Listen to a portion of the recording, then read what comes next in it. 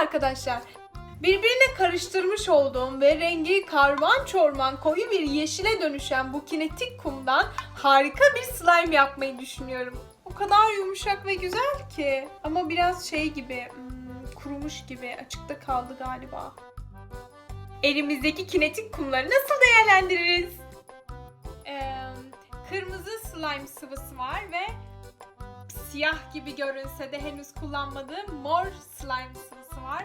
Hangisini kullansam diye düşünüyorum. Sanırım moru kullanacağım. Çünkü çok güzel görünüyor. Şöyle şeffaf kısmını görüyor musunuz? Bu ne kadar güzel görünüyor değil mi? Evet, nasılsınız? Nasıl gidiyor? Umarım iyi gidiyordur. Muhteşem bir renk. Rengin güzelliğine bakar mısınız? Hepsini dökeceğim galiba. Yani muhteşem ya. Ay aşık oldum. Neyse birazını da kendime saklayacağım. Rengi muhteşem. Şu an şişede şey olmadığı için görebiliyorsunuzdur. Var ya, bayıldım. Harika bir şey. Ama karıştırırken size daha yakından göstermek istiyorum. Kinetik kumla slime nasıl yapılır? Adım adım. Evet. Kinetik kumla hazır slime sıvısını iyice karıştırmanız gerekiyor öncelikle. Ah renkler, renkler. Renkler olmasaydı hayat ne kadar sıkıcı olurdu biliyor musunuz? Bir boya markası var. Filli boya. Onun bir reklamı vardı mesela. Çok güzeldi. Gerçekten çok güzeldi. O reklam şarkısına bayılıyordum yani.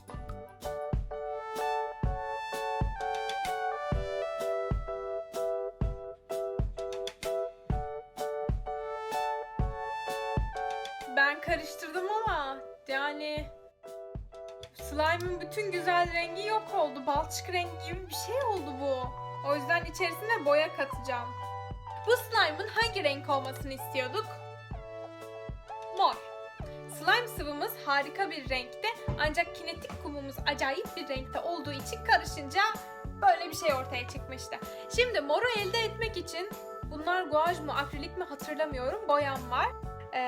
Mor hangi renkler karıştırılarak elde ediliyordu?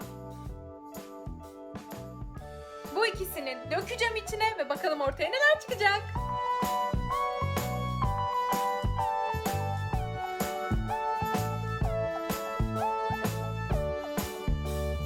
Güzelce karıştıralım bakalım ortaya nasıl bir şey çıkacak.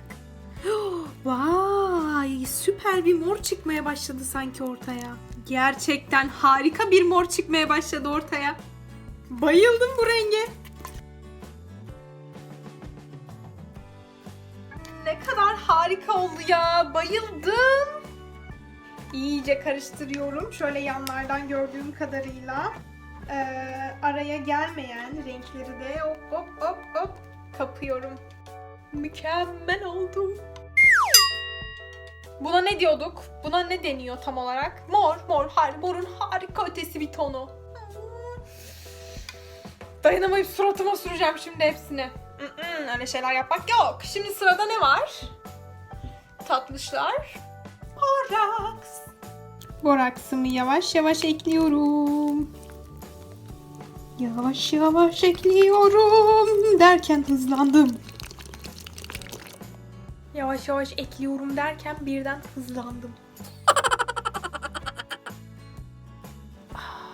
Biraz su katacaktık. Unuttum su katmayı. Taş köpüğü ekleyeceğim.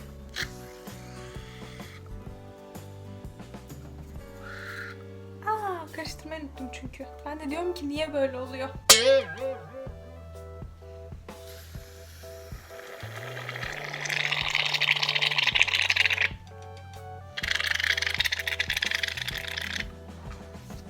Anlaşılan bitmiş.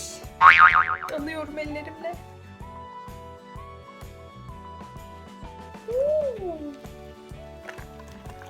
Lütfen pufidik pufidik bir şey ol. Akışkan ol. Sonra başka öyle bir şeyler. İyice karıştırmamız gerek. İyice özümsemesini istiyorum. Şimdilik bir acayip. Ben harika olacağına eminim tamamlanınca.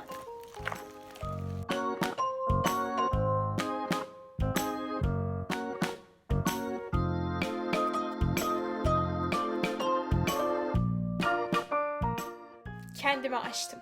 Hazır mısınız?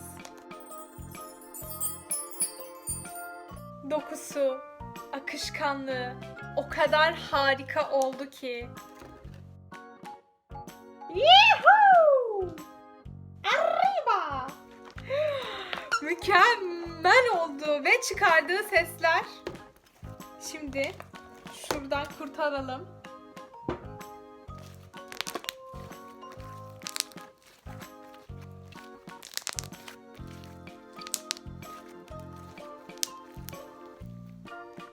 O kadar harika oldu ki kendimi açtım. Gerçekten yaptığım en iyi slime oldu. Çünkü kıvamı bu kadar muhteşem bir slime yapmamıştım daha önce. Ve rengi oradan nasıl görünüyor bilmiyorum ama buradan mükemmel bir patlıcan moru. Tabii tıraş köpüğünü koyunca biraz böyle matlaşıyor rengi. Ton atıyor. Ama yine de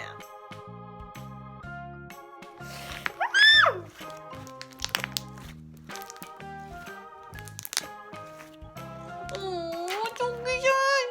Nedenini bilmiyorum ama bir kere slime yaptığımda böyle onu bir kaba koymuştum. Sonra bir açtım. Üzerinde böyle mavi bir su var.